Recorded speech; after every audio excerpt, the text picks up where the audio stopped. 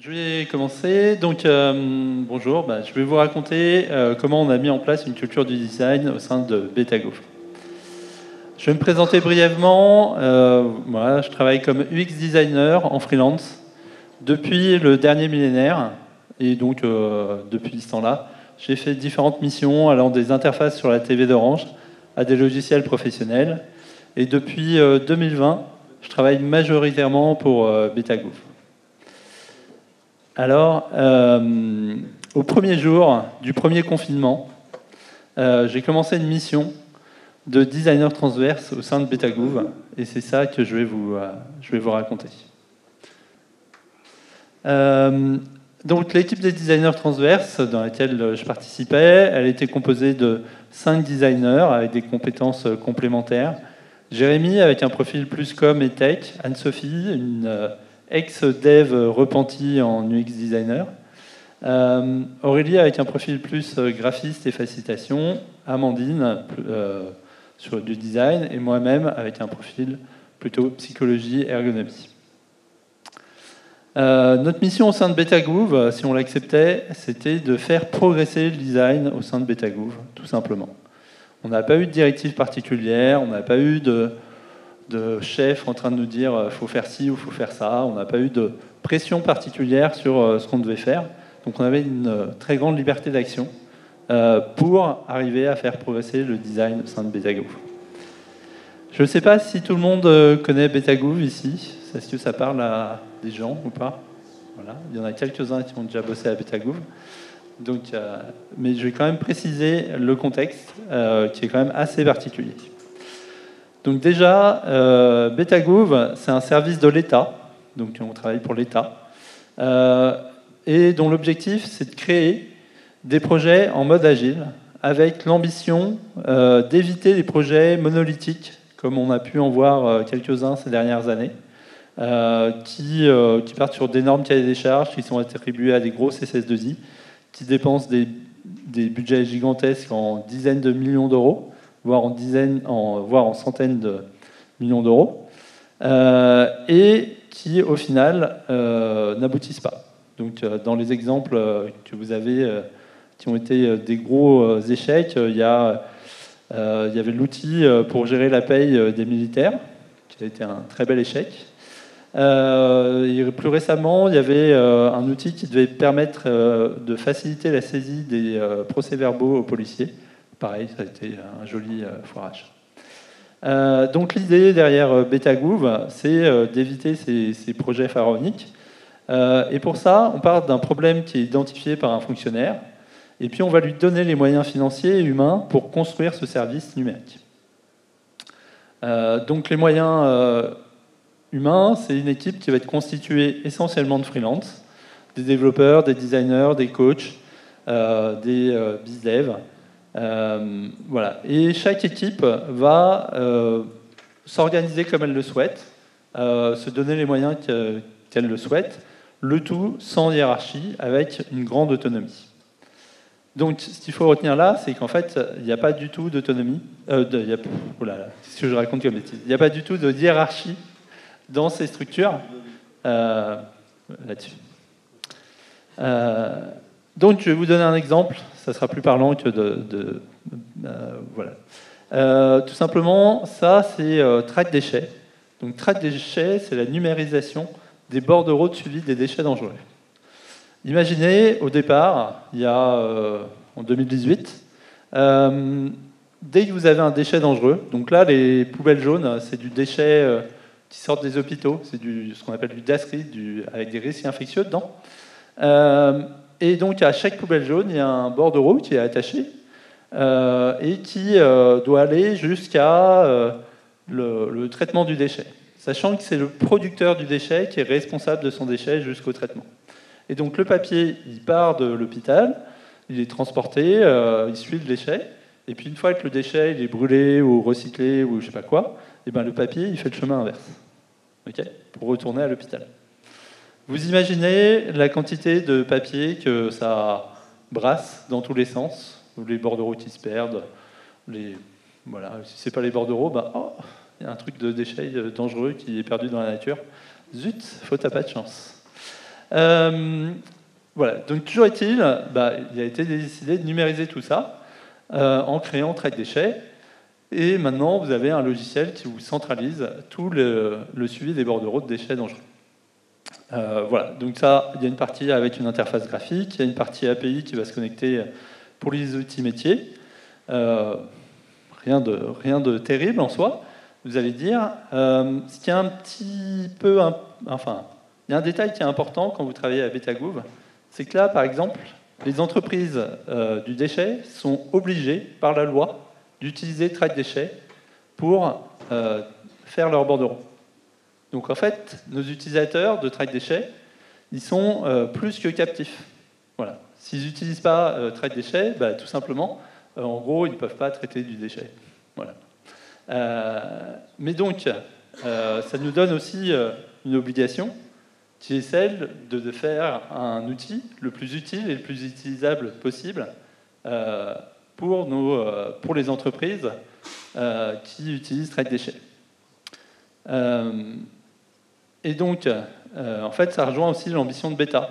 Donc ça, c'est des extraits du manifeste de Betagouv. Voilà, les besoins utilisateurs sont prioritaires sur les besoins de l'administration. Et un service est utile et facile à utiliser. Typiquement, ça, c'est juste la définition qu'on donne de l'ergonomie et du design. Voilà, donc ça, c'est une belle ambition qui est affichée dans le manifeste, en imaginant que... voilà, Betagouv, ça a commencé en 2018, et moi, je suis arrivé en 2020. Et en 2020, on pouvait se demander où étaient les designers à Beta en 2020. Alors, j'ai repris quelques chiffres. Et en fait, quand je suis arrivé à Beta, début 2020, les designers, il y en avait 5 à 8 sur 421 personnes à peu près qui travaillaient à Betagouv. Donc il y avait en fait à peine 1 ou 2% de designers. C'est un peu difficile à compter. C'est pas forcément des gens à plein temps en plus. Voilà. Donc globalement, voilà, avant la création de l'équipe des designers transverses, il y avait quelques designers un peu perdus à droite, à gauche au sein de Betagouv. Quand on est arrivé avec l'équipe des designers transverses, déjà on a quasiment doublé le nombre de designers au sein de Betagouv. Voilà. Donc, et pour vous donner la fin tout de suite, au bout de 2 ans, on était passé à 80 designers, donc sur 1000 personnes, donc on est passé de 1 à 2% à 8%. Et aujourd'hui, on est encore sur cette courbe-là, avec 8% à peu près de designers sur les 1500 personnes qui travaillent actuellement à Betagouv. Ce qu'il faut voir, c'est qu'un designer pour 10 personnes, c'est à peu près le quota qu'on retrouve dans les entreprises qui investissent raisonnablement sur du design. Voilà, dans le privé, on retrouve à peu près la même chose. Et donc maintenant, la question, comment on a fait pour passer de 1% de designers à 8% de designers au sein de la communauté Betagouv? Alors, en fait, une des premières choses qu'on m'a dites quand je suis arrivé à Betagouv, c'est « tu n'infligeras pas de l'aide ». Ce qu'il faut voir, c'est que de toute manière, tu ne vas pas pouvoir forcer les gens à bosser avec toi. C'est des freelances, comme toi. Et les équipes sont autonomes. Donc, en gros, si tu vas voir les équipes et tu leur dis ça c'est bien, ça c'est pas bien, ça machin, tu leur donnes de l'aide non sollicitée, tu vas gentiment te faire jeter. Et en plus, tu n'as pas de chef à plume, machin, qui peut appuyer ta demande et dire vous bossez avec Raphaël parce qu'il est gentil et compétent. Voilà. Donc, il va falloir qu'on trouve autre chose pour pouvoir faire monter le niveau du design à Beta et qu'on encourage les équipes à travailler avec nous. Alors, comment on a fait ça ? Déjà, on s'est un peu fixé des objectifs. On a utilisé des OKR, donc je pense qu'on les a à moitié très bien utilisés. Voilà, donc rapidement, s'il y en a qui n'ont pas suivi ce qui a été dit aujourd'hui, les OKR, c'est des objectifs et des résultats clés. Hop. Ce qui est intéressant, c'est que c'est des objectifs à court terme, à 3 mois. Et puis, on essaye de mesurer l'action qu'on fait. Avec des choses concrètes et pas des ambitions démesurées à trop long terme. Donc nous, ça nous a aidé à fixer déjà les premiers objectifs qu'on voulait atteindre en tant qu'équipe de designers transverses. Donc on s'est donné 3 grands objectifs: aider les équipes, les rendre autonomes, et puis faire communauté. Je reviens un peu plus en détail. Donc aider les équipes, l'idée là-dessus, ça ressortait de l'expérience qu'on avait en tant que designer. Le meilleur moyen pour faire connaître une démarche de design au sein d'une équipe, c'est de travailler avec l'équipe et de mettre en place la démarche de design au sein de l'équipe. Voilà, ça, mettre en œuvre avec les équipes, il n'y a pas photo, c'est le meilleur moyen que vous pouvez avoir pour évangéliser sur le design. Mais donc, les équipes, elles ne nous attendaient pas, entre guillemets. Donc il va falloir aussi nous vendre auprès de ces équipes pour les inciter fortement à utiliser nos services et commencer à faire du design. Je vais vous expliquer après comment on a fait ça. Et la mesure qu'on s'est dit, c'est on mesure le nombre de startup data, le nombre d'équipes qu'on va avoir accompagnées au bout de 6 mois. Voilà. Donc on avait déjà des petites idées de ce qu'on voulait faire. On n'a pas tout mis en œuvre, on a mis en œuvre d'autres choses. Voilà, tout simplement. Sur le deuxième point, sur le deuxième axe, c'était rendre autonome. Donc un objectif qu'on s'est rapidement fixé, c'est que les équipes en fait n'aient plus besoin de nous.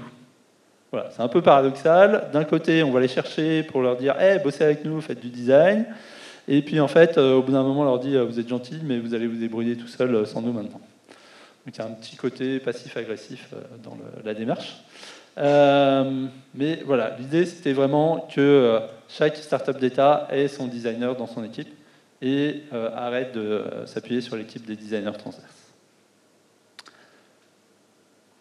Troisième axe, l'idée derrière ça, c'est que les designers qu'on va recruter, souvent ils vont être tout seuls dans leur équipe. Les équipes à BetaGouv, souvent c'est 4-5 personnes, les plus grosses font une quinzaine de personnes, mais dans l'immense majorité, c'est des petites équipes de 4, 5, 7, 8 personnes maximum. Et donc dedans, il y a un seul designer, sans doute 3-4 devs, et plus le coach, le chef de projet, et ainsi de suite. Donc en fait, il est essentiel que les designers puissent avoir d'autres points de repère que leurs équipes et qu'on fasse une communauté de designers pour pouvoir réseauter et puis pour pouvoir s'entraider et que chacun puisse bien se sentir au sein de BetaGouv. Donc là, ce qui est intéressant aussi, on avait prévu 4 actions, et en fait, sur les 4 qu'on avait prévues, il n'y en a que 2 qui ont été mises en œuvre réellement. Les cafés design, et puis la veille sur les réseaux, et la veille en termes de design. Les 2 autres, on les a un peu oubliés. Hop. Donc, dans les OKR, il y a la partie où on fixe les objectifs, là, c'est ce que je viens de vous donner, et puis il y a la partie où on mesure. Alors, sur la mesure, je vais revenir dessus. Donc, par exemple, là, on a mesuré au bout d'1 an ce qu'on avait fait. Donc, on avait accompagné 43 équipes, on avait 19% machin, ainsi de suite. Voilà, donc on a des jolis chiffres. On fait des belles présentations avec. Sur le nombre d'équipes accompagnées. Pareil, on a fait un certain nombre d'événements en 1 an, une quarantaine d'événements, des participations à ces événements, une satisfaction globale vis-à-vis de ces événements aussi. On a recruté déjà au bout d'1 an, on avait déjà recruté une cinquantaine non pas en recrutement, on était peut-être sur une quarantaine, mais en gros, au bout d'1 an, on était une cinquantaine de designers dans la communauté. Et on avait accueilli ces designers au sein de petites sessions d'accueil à chaque fois. Et puis on avait commencé à produire de la documentation aussi. Voilà. Au bout d'1 an, on s'est un peu égaré aussi sur les indicateurs, on en a rajouté d'autres, le nombre de pages de documentation, le nombre de vidéos en ligne, le nombre de formations, les documents à télécharger, les audits, les accompagnements. Donc voilà, donc on avait plein de jolis chiffres à montrer à qui voulait voir. Ça fait des jolies présentations. Voilà, on est designer, on ne se refait pas. Mais je pense qu'on est un peu tombé dans vouloir démontrer qu'on avait bien fait notre travail, plus que d'avoir peut-être mesuré un vrai résultat. Et donc en fait, il y a un moment, on s'est demandé qu'est-ce qu'on fait de ces résultats. Et en fait, ce qu'on en a fait, rien et presque rien. Donc je vais revenir dessus. Donc les deux premières mesures, la première mesure, je vous rappelle, c'est le nombre d'équipes aidées. En réalité, de toute manière, on allait continuer à aider les équipes. Elles étaient contentes de nos interventions, ça les aidait à avancer sur leur projet. On n'allait pas remettre ça en cause. Donc, qu'on ait un indicateur ou pas, on allait continuer. Donc, voilà. Pareil, le deuxième objectif, c'était le recrutement de nouveaux designers. En fait, c'était un peu notre but ultime, notre Graal. Donc, pareil, on n'allait pas le remettre en cause, quel que soit le nombre de recrutements. On allait continuer à aider à recruter les gens. Donc, en fait, qu'on mesure ou pas, ça ne servait pas à grand-chose. Le troisième, j'ai mis presque rien, parce qu'on s'est un peu quand même posé la question de est-ce que nos actions étaient efficientes par rapport à la communauté. Donc, efficiente, c'est le rapport entre le coût et le bénéfice pour la communauté. Et on s'est aperçu qu'un certain nombre d'actions de type les formations au design étaient assez chronophages et avaient un impact pas énorme sur la montée en compétences en design de Betagouv. Donc on s'est un peu remis en question sur ces aspects effectivement liés à la communauté. Voilà. Donc on s'est surtout remis en question en se disant en fait on a des indicateurs qui ne servent pas à grand chose. Est-ce qu'on peut faire autrement? Donc en fait, au lieu de mesurer nos actions, ce qu'on s'est dit, c'est on va aller mesurer l'état du design au sein de la communauté. En plus, c'est un truc qu'on sait faire, on est designer, aller voir les gens pour leur demander leur avis. C'est ce qu'on fait, quoi. C'est notre boulot. Donc c'était assez facile à faire. Donc on en a posé la question, enfin on s'est mis dans une autre logique. Au lieu de mesurer ce qu'on faisait, on allait mesurer l'état de la communauté. Donc pour ça, on a lancé un questionnaire et puis quelques entretiens classiques. Et puis on a commencé à regarder quel est l'état de la communauté. Et par exemple, on s'est intéressé à quelles étaient les problématiques de chacune des startups. Et on s'est rendu compte qu'il y avait des choses communes dans les startups. Donc il y en avait combien? Je ne sais même pas. Plus de 70% qui avaient tous un espace authentifié. Il y en avait, pareil, un paquet qui avait des formulaires, un paquet avec des API. Et puis le troisième, voilà, des contenus type fiche de contenu, ça pouvait être un article sur le droit du travail, des choses comme ça, et ainsi de suite. Donc on s'est aperçu qu'il y avait des problématiques qui étaient communes à toutes les startups.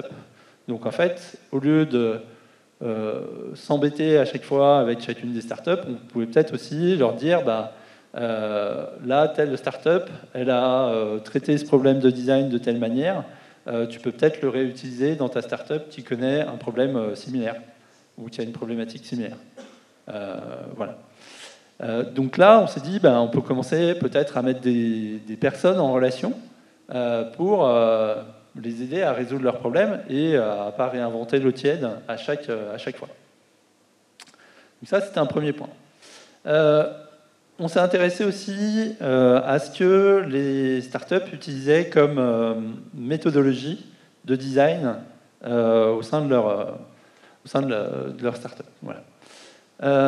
Et on s'aperçoit, par exemple, que déjà à peu près toutes les équipes ont rencontré leurs utilisateurs. 90%. Pour moi, c'est toutes les équipes. Mais il y a des grosses disparités en fait aussi dans les compétences qu'elles ont vis-à-vis des méthodologies. Donc typiquement, la majorité ont fait des entretiens avec les utilisateurs, mais en fait, quand vous allez voir chacune des startups, il y a une grosse diversité dans les entretiens faits. Il y a des choses qui sont très bien faites, et puis par exemple, moi j'ai rencontré une startup qui avait fait 80 entretiens avec des utilisateurs, dans la première phase d'investigation, sauf qu'elle avait fait 80 entretiens de 20 minutes. Et donc en fait, c'était des entretiens super courts, et elle n'en a pas tiré grand-chose. Voilà, c'était assez succinct, les enseignements tirés de ces 80 entretiens. Donc il aurait été préférable qu'elle fasse, par exemple, 30 entretiens de 45 minutes, avec une meilleure méthodologie, sans doute un meilleur guide d'entretien, pour avoir plus d'infos ou creuser plus certains sujets par rapport à sa cible. Voilà, donc on s'est aperçu de cette disparité, même s'il y avait une volonté globale d'aller voir les utilisateurs, de bien faire et tout, on s'est aperçu qu'il y avait quand même une grosse disparité dans la qualité des méthodologies mises en œuvre. On a fait aussi un peu le point au passage sur la communauté qui grandissait. Ce qu'il faut voir, c'est qu'entre fin 2020 et fin 2021, la communauté a grandi et le nombre de designers qu'on a embauchés a grandi aussi. Mais globalement, le nombre de designers, le nombre de startups qui avaient un designer au sein de l'équipe est resté à peu près constant aux alentours des 50%. C'est aussi toujours un peu le cas. Voilà, c'est un peu bizarre, mais c'est le cas. Et encore aujourd'hui, voilà, moi je viens de rejoindre une autre startup récemment. Et en fait, ça fait 3 ans qu'ils n'avaient pas de designer. Et donc, il y a une dette design qui s'est accumulée pendant ces 3 ans que je vais devoir résoudre. Sur ce questionnaire aussi, bien sûr, on a demandé la petite liste au Père Noël, savoir ce que les gens voulaient, attendaient de l'équipe des designers transverses. Donc on a mis certains en œuvre, mais pas tous. C'est le principe de la liste au Père Noël. Les gens demandent beaucoup de choses et après, il faut faire un peu de choses. Sur cette première partie, ce que j'ai envie de retenir, moi, c'est que les OKR nous ont bien servi pour définir des objectifs. Par contre, côté mesure, on s'est un peu fourvoyé sur des indicateurs flatteurs, voilà. En fait, ça n'a pas été forcément très utile. Par contre, ce qui a été plus intéressant, c'est de rebondir et d'aller voir nos bénéficiaires et faire ce qu'on faisait d'habitude, c'est connaître nos utilisateurs, nos bénéficiaires. Voilà, c'est beaucoup plus intéressant, je pense, que les KPI au doigt mouillé qu'on avait mis au départ. Maintenant, je vais vous parler de ce que vous vous attendez le plus, sans doute. Comment on s'est inspiré de la vente de drogue pour vendre du design à Betagouv. Tout simplement avec la première dose gratuite. Voilà. On va rentrer un peu dans le dur du sujet. Ce qu'il faut voir aussi dans le contexte, c'est que si c'est l'équipe des designers transverses qui intervient, c'est pris sur le budget global de Betagouv. Et à partir du moment où une équipe recrute un designer, c'est pris sur le budget de la startup, sur le budget de l'équipe. Voilà. Donc quand je vous dis que la première dose est gratuite, c'est en fait, si nous faisions travailler équipe des designers transverses, c'était pas pris sur le budget de la startup, mais à partir du moment où ils embauchaient, c'était sur leur budget. Donc, en fait, on a imaginé un parcours pour les équipes avec un engagement qui va augmenter au fur et à mesure. Voilà, donc c'est une bonne vieille démarche de pied dans la porte et comment on appelle ça, de soumission librement consentie, où on va chercher à engager les gens dans la démarche design. Alors, on commence par notre produit d'appel, qui était le Docteur Design. Le Docteur Design, c'est très simple, ça s'inspire des codev, et c'est 1 heure autour d'un problème, avec 2 designers. Donc il y a une équipe qui vient, il n'y a pas de préparation de notre côté designer. L'équipe vient, elle nous présente un problème, elle nous pose des questions, voilà.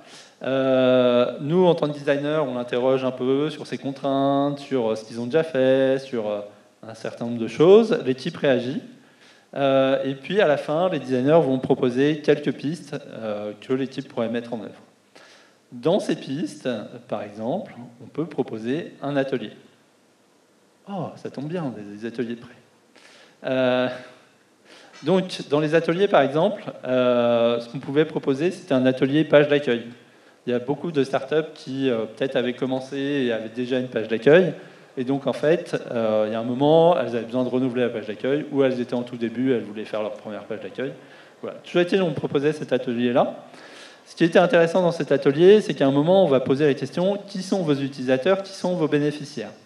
Souvent, on avait des réponses qui étaient assez vagues, ou plutôt sur des structures. Donc, par exemple, nos utilisateurs, c'est les mairies, ou nos utilisateurs, c'est je sais pas, les conseils généraux, ou ainsi de suite.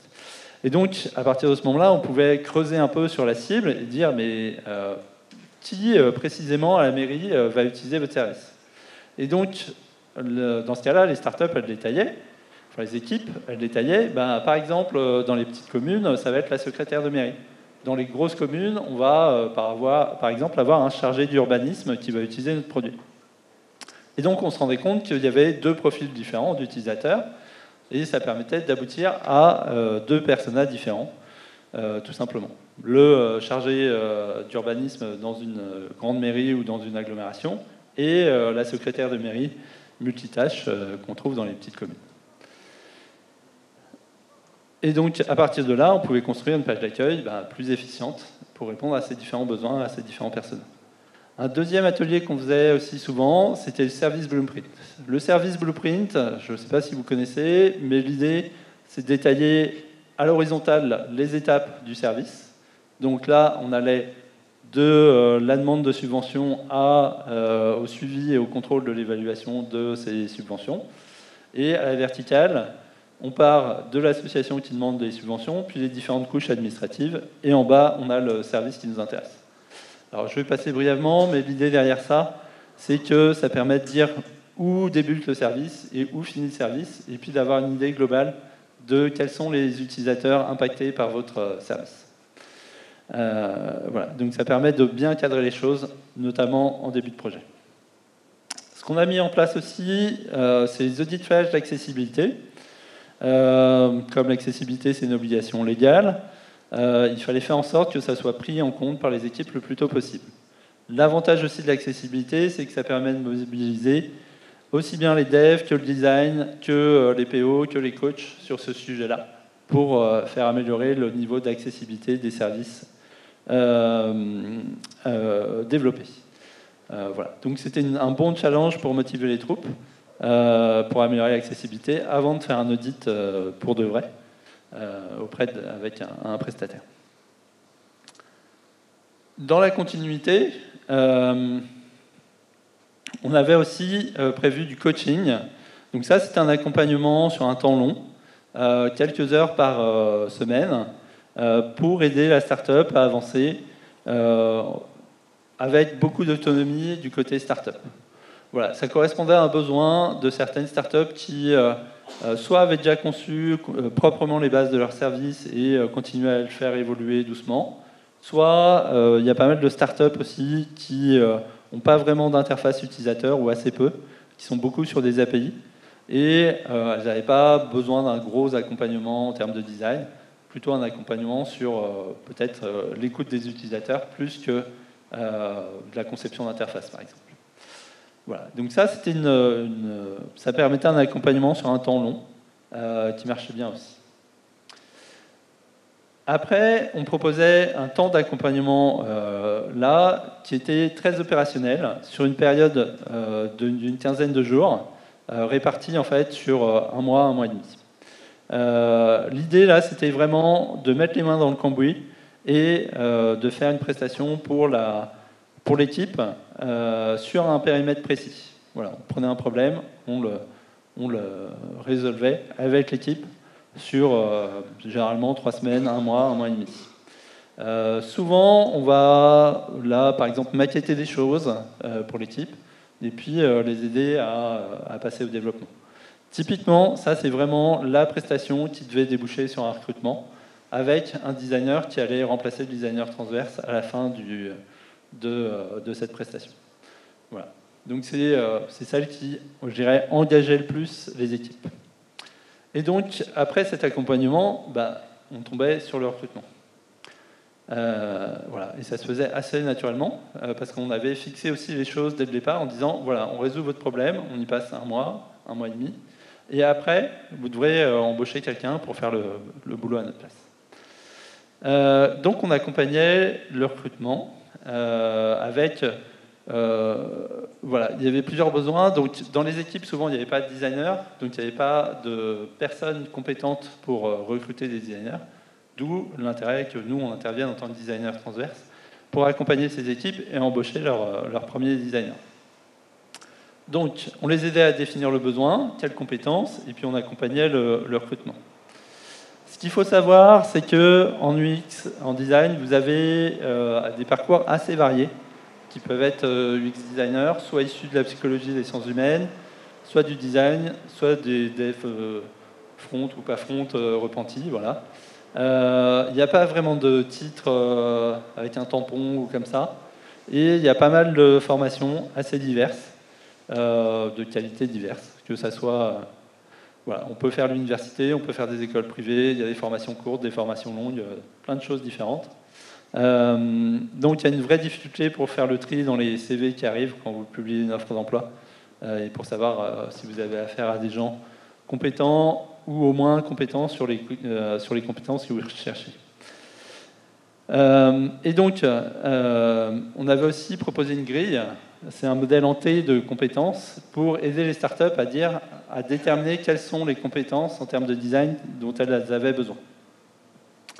Ce qui est intéressant avec ce modèle, c'est que vous allez avoir à l'horizontale un certain nombre de compétences transverses qui sont la base en fait du métier que à peu près tous les designers doivent maîtriser.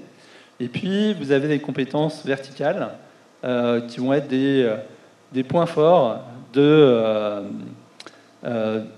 la personne que vous recrutez. Donc, je vais vous donner un exemple plutôt que d'en parler. Là, on a le profil de l'ex-dev front repenti. Donc, elle va être très forte sur les aspects techniques, la communication aussi, et elle est très forte sur la conception visuelle et la conception de l'interaction. Elle a moins de connaissances sur les aspects ergonomie, psychologie cognitive et UX en général. Hop, un profil, ça c'est mon profil en gros, comme je suis un peu senior, voilà, j'ai pas mal de colonnes remplies.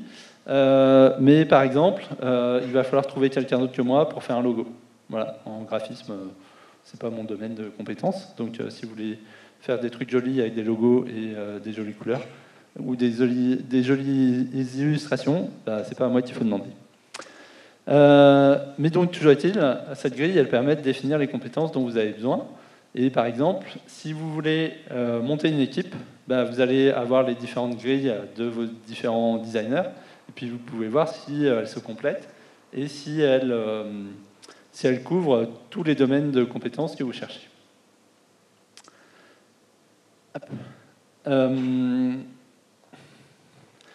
Donc, une fois qu'on avait défini le besoin, on va aider à la rédaction de l'offre, poster sur les bons réseaux. Ça, c'est un truc tout bête, mais là, par exemple, si vous voulez postuler chez Betagouv, c'est sur Welcome to the Jungle. Et en fait, quand on est de l'autre côté de la barrière, on voit qu'il y a énormément de réponses à chaque offre publiée. Et dans ces réponses, il y a effectivement des très bons profils, mais il y a surtout un peu de tout et n'importe quoi sur les profils qui postulent. Donc, ce qui peut être intéressant, c'est d'aller sur les bons réseaux pour poster vos annonces. Typiquement, il y a des Slack, par exemple le Slack des designers éthiques ou le Slack de Flupart, ou le Slack du laptop, qui sont des réseaux de designers. Et donc, si vous postez une annonce sur ces réseaux-là, vous avez plus de chances de recruter des gens plus compétents dans le domaine que vous cherchez, plutôt que d'avoir un peu du tout. Après, bon, une fois que vous avez plein de CV, il faut faire le tri. Et puis surtout, on a aidé à passer les entretiens, notamment sur la partie design, voilà, pour identifier quelles étaient les compétences. Et donc, on a préparé un guide d'entretien. Donc, on n'a pas fait faire d'exercice à la con, voilà, clairement. C'est un choix, et en fait, on se rend compte que ça ne sert à rien. Ça prend beaucoup de temps aux personnes qui sont recrutées. Si vous êtes freelance, vous avez autre chose à faire que à faire des exercices pour essayer de vous faire recruter. Voilà. Donc pas d'exercice à la con. Ce qu'on aimait bien demander, c'est un projet réussi, une situation où ça s'est pas très bien passé, parce que la vie n'est pas un long fleuve tranquille, et comment vous l'avez résolu ou comment vous l'avez pas résolu. Mais voilà, l'idée c'est d'avoir une situation un peu difficile à gérer et puis d'expliquer comment ça s'est passé. Et moi j'aimais bien poser une question à la fin de l'entretien, c'est tu serais content ou tu serais contente si, puis laisser la personne compléter. Voilà. Il y avait un aspect aussi important à BetaGouv, c'est qu'on embauchait des freelances, il y a des gens qui postulaient sans avoir de statut freelance. Donc il fallait les aider un peu sur l'aspect freelance, notamment fixation du tarif journalier, voilà, pour leur éviter de faire trop d'erreurs. Je vais passer rapidement là-dessus. Donc à retenir, la première dose gratuite, ça marche. Franchement, ça a très bien marché. Importance de la progressivité aussi dans les actions que vous proposez pour avoir une offre qui convienne à toutes les équipes et à leurs besoins du moment. Ce qui est important aussi, c'est de poser les limites dès le début en disant on fait un accompagnement une fois, si vous voulez aller plus loin, après il faudra embaucher quelqu'un. Sinon il y en a qui essayent de pousser un peu plus loin. Ah, on pourrait avoir un deuxième accompagnement, puis un troisième. Ben non. Il y a d'autres startups qui ont besoin de nous, voilà. Et puis le recrutement, c'est quand même la clé de la transmission. Je ne sais pas où j'en suis, mais je crois qu'il faut que j'accélère un peu, sinon je vais vous raconter plein de trucs. Je vais aller assez rapidement sur la formation, un mot là-dessus. Alors je vous rappelle, on était toujours en contexte, oui voilà, on me dit 10 minutes. On était toujours en contexte Covid au départ, donc en distanciel. Donc on a fait 3 types de formations, des sensibilisations au design, des sensibilisations à l'accessibilité, et on a essayé de former au design. Grosso merdo, les sensibilisations, ça marche bien pour se faire connaître au sein de BetaGouv. Par contre, si on forme au design, c'est très chronophage parce qu'il faut faire des formations de haut niveau, donc ça demande beaucoup de préparation. Et en fait, en termes d'impact, en fait, on ne forme pas beaucoup de monde parce qu'on va aller former les quelques designers qu'on a là sur des sujets qu'ils ne maîtrisent pas encore. Donc en fait, il faut un haut niveau d'expertise pour s'adresser à peu de monde. En termes d'impact, c'est assez médiocre. Donc en fait, il est préférable de recruter des gens compétents, voilà, ou de faire des mentorats sur certains sujets plutôt que de faire de la formation. Dernier axe de notre action, construire une communauté. Voilà, c'était sans doute le plus important dans le contexte Covid et des différents confinements. Là, par exemple, sur l'équipe des designers transverses, on a commencé donc, le premier jour du premier confinement et on ne s'est pas vu avant l'automne 2020, donc 6 mois plus tard à peu près. Et on était tous en télétravail. Après, à BetaGouv, le télétravail, c'est la norme. Hein. Encore aujourd'hui, la norme, c'est le télétravail, même si on se voit régulièrement tous les mois ou tous les trimestres, suivant les équipes. Le télétravail est la norme. Ça a facilité les choses aussi. Hop. Et donc, dans les nombreuses petites actions qu'on a mises en place, il y a tout ça. Je vais les passer en revue un peu rapidement. L'accueil des designers, encore une fois, essentiel parce que les designers allaient se retrouver tout seuls dans leur équipe. Donc, il faut commencer à faire du lien dès le début, à leur dire où ils peuvent demander de l'aide, où ils peuvent parler aux autres. Donc ça, c'était le point clé de l'intégration à Beta. On faisait une session d'accueil tous les mois pour les designers qui arrivaient. On a mis en place un café design, donc comme un apéro Zoom, mais à 14h. Vous vous souvenez des apéros Zoom où vous avez oublié, vous êtes dans le déni et vous avez refoulé tout ça, voilà. Mais je dirais, ça s'est un peu passé comme les apéros Zoom. Ça s'est bien. Il y avait beaucoup de monde au début. Quand on a mis en place les cafés design, les gens venaient, c'était sympa, on discutait bien. Et puis au bout de 6 mois, 1 an, ça a perdu en vitesse et au final il y avait plus grand nombre. Donc on a essayé de relancer avec des sujets proposés à l'avance, mais ça n'a pas trop fonctionné. Voilà, très clairement. C'était pas. Voilà, ça convenait bien en début de confinement, mais pas trop sur la suite. On partageait nos livrables, donc on a toujours d'ailleurs, enfin il existe toujours, un Airtable dans lequel on mettait tous nos projets et tous nos livrables. Le but c'était de partager tout ça.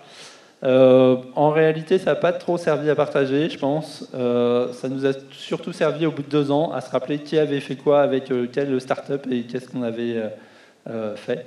Parce qu'au bout de 80 interventions, vous perdez un peu le fil de qui a fait quoi, sur quoi, à quel moment, et comment on a déjà aidé les startups. Voilà, donc ça nous a plus servi à faire de la compta qu'autre chose. La documentation, on a écrit des choses sur le guidebook de Betagouv. Grosso merdo, on avait du mal à mesurer, mais on n'avait pas eu beaucoup de retours dessus. Donc je pense que ça demande pas mal de temps d'écrire ça, et en fait c'est assez peu utilisé au final. Les gens qui vont voir ça, c'est plutôt les designers, et en fait ils ont déjà les compétences sur le sujet, ou les documents qui vont bien. Ce qui marchait bien, par contre, c'était un peu les ateliers clés en main sur Miro, voilà, qui pouvaient être repris et adaptés par chacun des designers. Et ce qui a très bien marché, c'est le design system. Alors le design system de l'État, DSFR, comme ça, si vous entendez parler de DSFR, vous savez de quoi on parle. Donc ça a été mis en place par le SIG, donc le service d'information du gouvernement. Et nous, on a eu juste à le promouvoir. Donc le design system, c'est sur le modèle de ce que fait Gouv UK depuis 15 ans maintenant. Donc on a un peu 10 ans de retard, mais c'est pas grave. Très clairement, ça a facilité voilà, les choses au sein des équipes. Et très clairement, c'est un gain de temps énorme pour tout ce qui est conception de services et maquettage.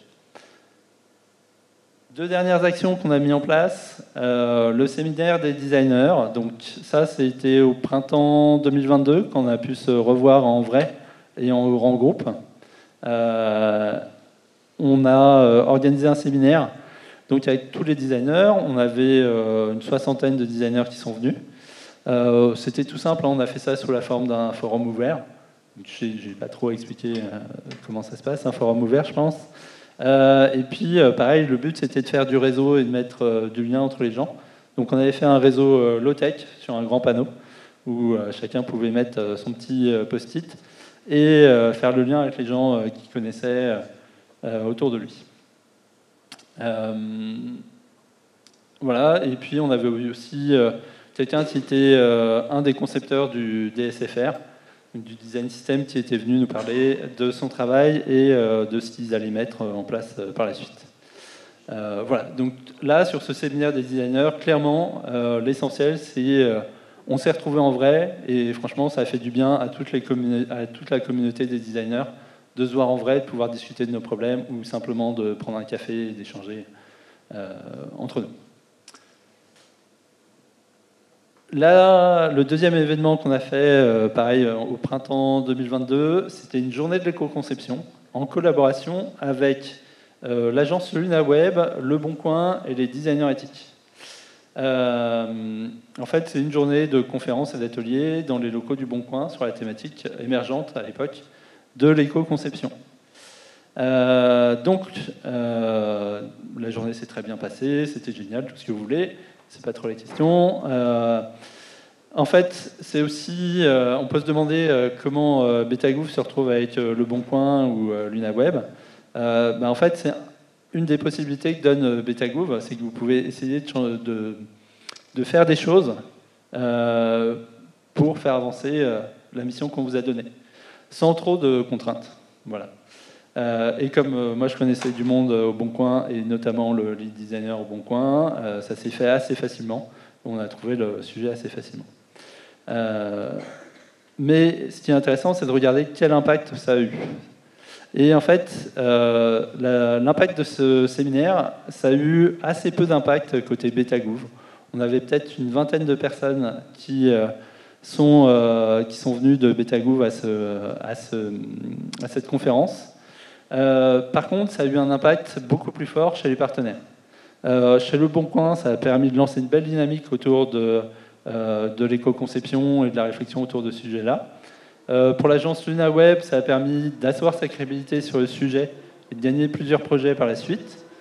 Et pour les designers éthiques, dont je fais aussi partie, ça a permis de reprendre cette journée d'éco-conception Et on a fait voilà, une autre journée d'éco-conception en février cette année, et on en prévoit d'en faire une autre en février prochain. Donc on a une belle dynamique qui a suivi ça, une espèce de longue traîne de cet événement, qui n'a pas forcément porté beaucoup de fruits du côté BetaGouv, mais qui a initié d'autres initiatives autour de ça.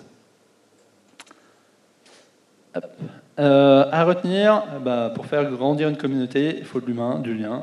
Voilà, j'invente rien. Je dirais presque qu'il faut créer de la friction à certains moments, des difficultés pour que les gens soient obligés de se parler. Voilà. Le numérique ou la documentation, ça ne fait pas tout. Il faut faire en sorte que les gens se parlent et travaillent entre eux à certains moments. Voilà. Et pour conclure, je veux quand même dire que cette mission de design transverse qui a pris fin à l'été 2022, pour moi, ça a été sans doute la plus belle mission que j'ai faite en tant que designer depuis que je suis en freelance, sachant que je suis en freelance depuis le dernier millénaire. Donc voilà, une très belle mission que j'ai été très heureux de faire avec une super équipe, des moyens tout à fait corrects et une grande liberté d'action. Voilà, je vous remercie.